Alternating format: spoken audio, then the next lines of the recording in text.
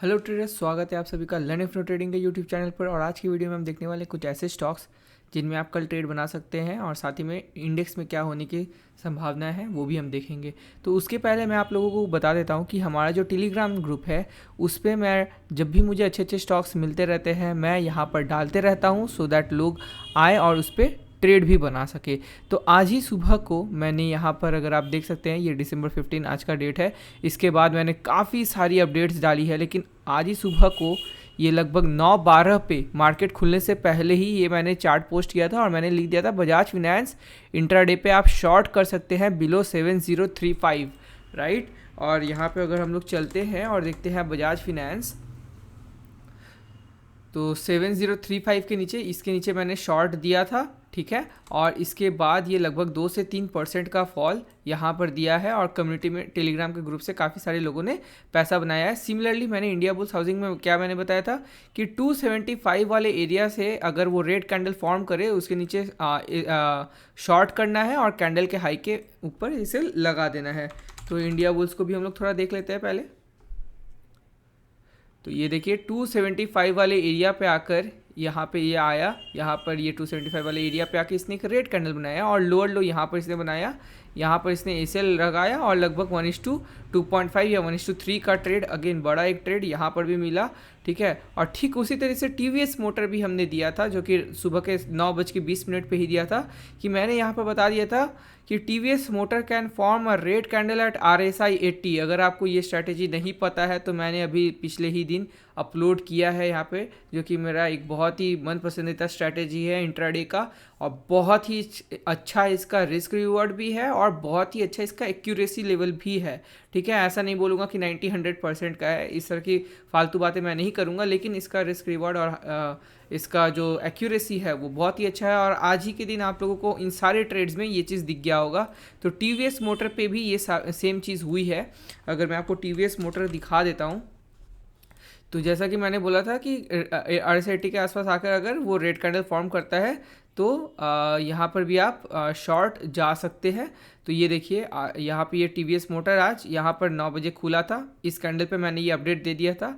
RSI 73 चल रहा था और इसके बाद लगभग 79 यहाँ भी आया था। उसके बाद रेड कैंडल तो बना लेकिन लोअर लो नहीं बना था, और इस एरिया पे आकर ये रेड कैंडल बनाकर इसका लोअर लो यहाँ पर ही टूट गया था। टूटने के बाद यहाँ पर आपका एसएल रखते हैं और लगभग 3 से 4% का आपको यहाँ पर मूव मिल जाता, ठीक है। तो इस तरह से हमारे ट्रेडिंग कम्युनिटी में मैं बहुत सारी ऐसी अपडेट्स देता रहता हूँ और जिस पे लोग ट्रेड लेते हैं और पैसे भी बनाते हैं। तो अगर आप अभी तक हमारे टेलीग्राम ग्रुप से नहीं जुड़े हैं तो आपको नीचे डिस्क्रिप्शन पे लिंक मिल जाएगा, आप वहाँ से जाकर हमारे ग्रुप को ज्वाइन कर सकते हैं, ठीक है। और इसी तरीके से आप भी पैसे बना सकते हैं। और ये कोर्स अभी, अगर ये वीडियो अभी तक आपने चेकआउट नहीं किया है तो आप कर लीजिए। और मैं आप लोगों को ये भी बता देता हूँ कि हमारा मार्केट शाला चल रहा है, एक मतलब पूरा का पूरा प्लेलिस्ट चल रहा है जहाँ पे मैं बेसिक टू एडवांस पूरा का पूरा स्टॉक मार्केट के ऊपर कोर्स करा रहा हूँ, ठीक है। तो अगर आप ये देखना चाहते हैं तो यहाँ भी आप आकर इसे देख सकते हैं। ये अगर आप न्यू भी है जिसको मार्केट के बारे में ज़्यादा आइडिया नहीं है तो उनके लिए ये बहुत ही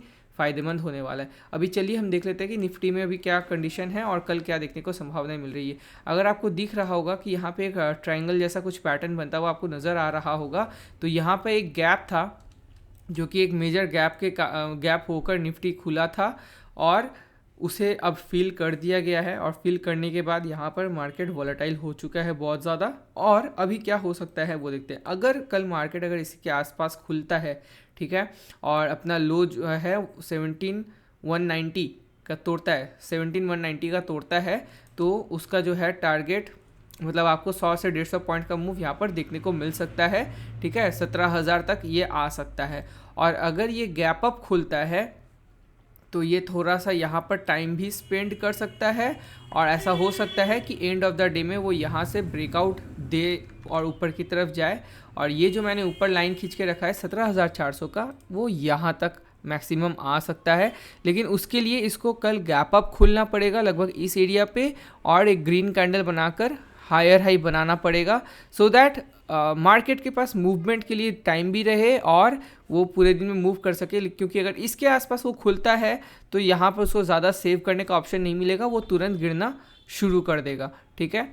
और काफ़ी अच्छी फॉल यहाँ पर आपको देखने को मिल जाएगी लगभग इस एरिया तक, ठीक है।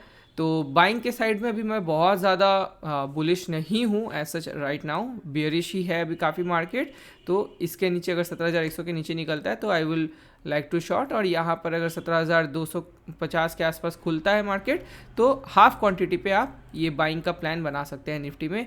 और अगर हम लोग बैंक निफ्टी की तरफ देखेंगे तो आजकल आप लोगों को दिख रहा होगा कि बैंक निफ्टी और निफ्टी थोड़ा सा अलग तरीके से परफॉर्म करते हैं, उनके चार्ट भी अलग थोड़ा सा बन रहे हैं, और निफ्टी भी अपने कंपेयर जो उसका नॉर्मल नेचर है उससे बहुत ज़्यादा ही वॉलेटाइल हो चुका है, ठीक है। तो एनीवे यहाँ पर भी अभी आप देख रहे होंगे कि यहाँ पर इसने जो अपना एक ट्रेंड लाइन था उसको इसने तोड़ दिया है, ठीक है। कुछ इस तरह से यहाँ पर इसने तोड़ा, और यहाँ पर अगर आप शॉर्ट करते तो आपको डे एंड की तरफ में ही 80 से 90 पॉइंट्स मिल जाते। और अभी अगर आप इसको इस तरह से भी देख रहे होंगे तो लगभग ये कुछ इस तरह से अभी भी बना हुआ है, और अगर ये कल इसी के आसपास खुलता है और अपना जो लो है जो कि 36,740 का है, अगर वो इसको तोड़ देता है, ठीक है, तो आपको लगभग 200 पॉइंट के आसपास का टारगेट देखने को मिल जाएगा इजीली।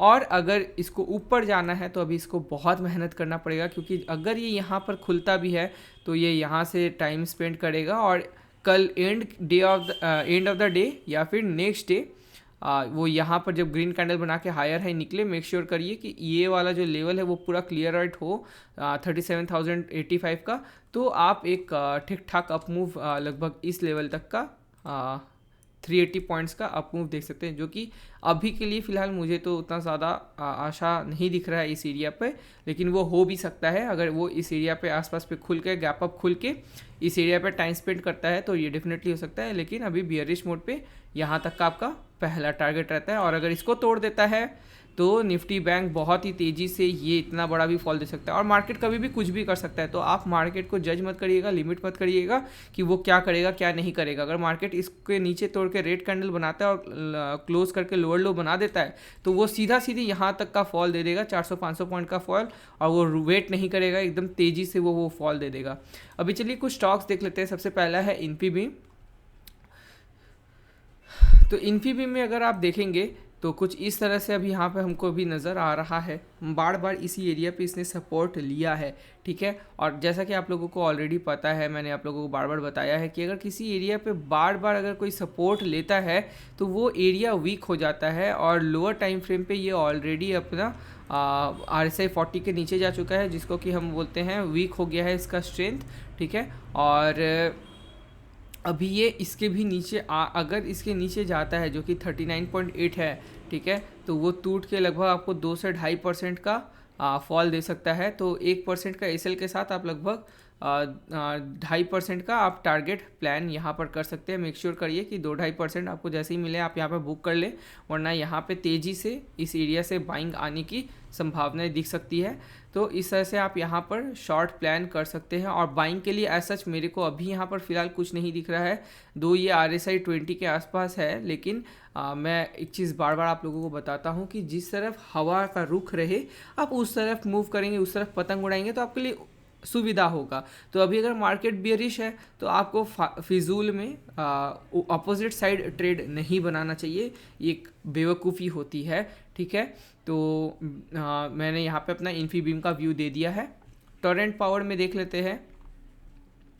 तो टोरेंट पावर में अगर आप देखेंगे तो ये RSI 80 के ऊपर जाके एक रिजेक्शन बना चुका है, जो कि हमारा एक ये जो स्ट्रैटेजी है उसके हिसाब से जो मैंने यहाँ पे आप लोगों को यूट्यूब पे सिखाया है पिछले दिन, उसी के हिसाब से ये बैठ रहा है। और अगर आप देखेंगे तो ये ट्रेंड लाइन को क्रॉस करके यहाँ पे हाई राई बना के, और ये बहुत ही गंदा रिजेक्शन बनाया है। ये दिखता तो ग्रीन है लेकिन एक्चुअली में यहाँ पे प्रेशर जो है वो रेड साइड से है।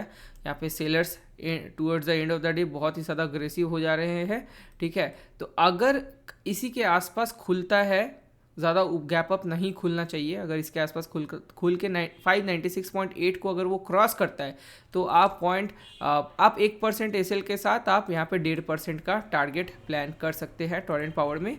और लास्ट में हमारा आ जाता है पिंड, जो कि है पाई इंडस्ट्रीज़, ठीक है। और इसमें भी अगर आप देखेंगे तो यहाँ पे भी सेम सिचुएशन है, ठीक है। और यहाँ पे भी आप अगर देखेंगे तो RSI 80 के ऊपर जाके लेकिन रेड का लोअर लो नहीं बनाया था और अब ये रेड कैंडल बना चुका है। और मैं आप लोगों को सजेस्ट करूँगा कि थोड़ा वेट कर जाओ, इसको तोड़ने दो, ठीक है। तो इसको अगर ये तोड़ देगा ना तो बहुत अच्छा आपको नीचे की तरफ फॉल देखने को मिल सकता है। तो पाई इंडस्ट्री में आप यहाँ पर अगेन 1% एसएल के साथ लगभग 2% का टारगेट के लिए पाई इंडस्ट्री में प्लान कर सकते हैं। और साथ में अगर आप डेली पे भी देखेंगे तो इस तरह से शायद आपको भी ट्रेंड लाइन एक नज़र आ रहा होगा, ठीक है। और अगर इवन इफ़ वहाँ पर वो फॉल नहीं देता है, यहाँ पर भी आपको एक दिख रहा होगा ये ट्रेंड लाइन फॉर्म हो रहा है, तो इनफैक्ट इससे बेहतर ट्रेंड लाइन तो यही रह गया, ठीक है। तो यहाँ से वो रेजिस्टेंस ले सकता है, उसकी भारी संभावनाएं हैं। उसके हमारे 2 रीजंस दिख रहे हैं, ठीक है। पहला तो है कि हाँ, एक तो ये बार बार यहाँ से अब रिजेक्शन ले सकता है, ठीक है, जो कि इसका डाउनवर्ड स्लोपिंग ट्रेंड लाइन हो गया है। और मैं आप लोगों को बार बार सिखाते आया हूँ कि किस तरह से आपको नहीं फंसना चाहिए इनमें, ठीक है। आपको समझना चाहिए कि स्विंग कौन सा बन रहा है, जब तक वो अपने प्रीवियस अपने प्रीवियस हाई को अगर नहीं तोड़ता है तो आपको तब तक इसमें बाइंग नहीं करनी चाहिए एटलीस्ट। और यहाँ पर आपको ऑलरेडी दिख रहा होगा कि रिजेक्शन बन गया है, तो कंफर्मेशन का थोड़ा वेट करेंगे आप। इसके नीचे अगर निकलता है तो आप यहाँ पर शॉर्ट बना सकते हैं। और अगर डेली बेसिस पे अगर ये इसके ऊपर जाता है 3115 या 115 के ऊपर अगर निकलता है तो आप यहाँ पर 1% के एसएल के साथ आप यहाँ पर बाइंग के लिए भी प्लान कर सकते हैं। 1.5 या 2% का, बहुत ज़्यादा अपसाइड में आप बाइंग का प्लान मत करिएगा।